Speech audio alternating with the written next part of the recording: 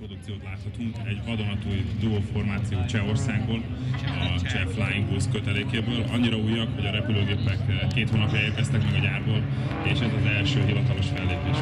Ugye azt mondanunk sem kell, hogy mennyivel nehezebb egy ilyen repülés, kötelékrepülés, amikor nem csak saját magára kell figyelni a pilótának, hanem arra is, hogy a másik gép hozzá, vagy tőle nem messze néhány méterre mit csinál. Így van, igazából a kötelék minden tagjának nagyon fontos dolga van, a vezérnek azért, mert a kísérők csak a vezért nézik el, neki arra is gondolnak folyamatosan, hogy mi történik akkor, ha ő változtat a programon.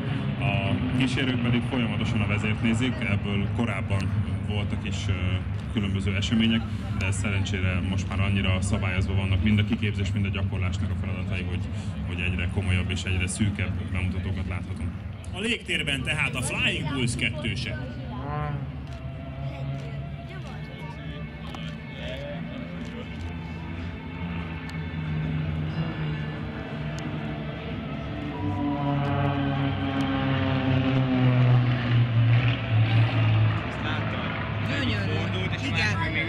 Igen.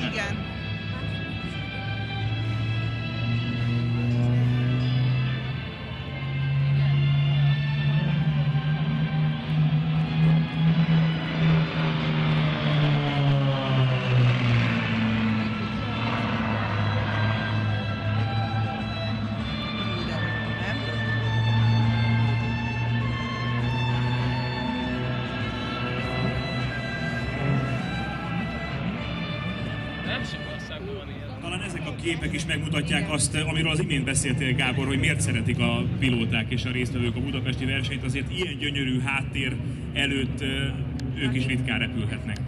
Így van, ez is még pluszban spannolja a résztvevőket, amikor egy csodaszép helyszínen tudják megmutatni maguk és a repülőgépei képességét, és az alá bejátszott zenére komponálják a figurákat, ami talán egy plusz az egész showhoz.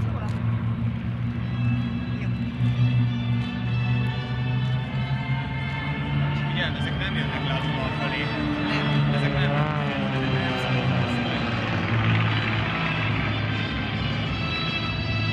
Ott van közben egy másik. Így nézzük, hogy mi szól. Amelyik milyen mondjuk összeállítani. Ja, látom tényleg.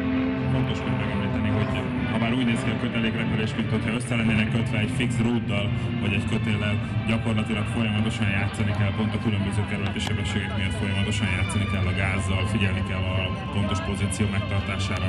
Ha lemarad, az nagyon ordít, nagyon nagy hibának tűnik, akár csak egy méter, fél méter lemaradás is. Összetett gondolkodásra és mozdulatokra van tehát szükség, és nagyon kifinomult mozdulatokra.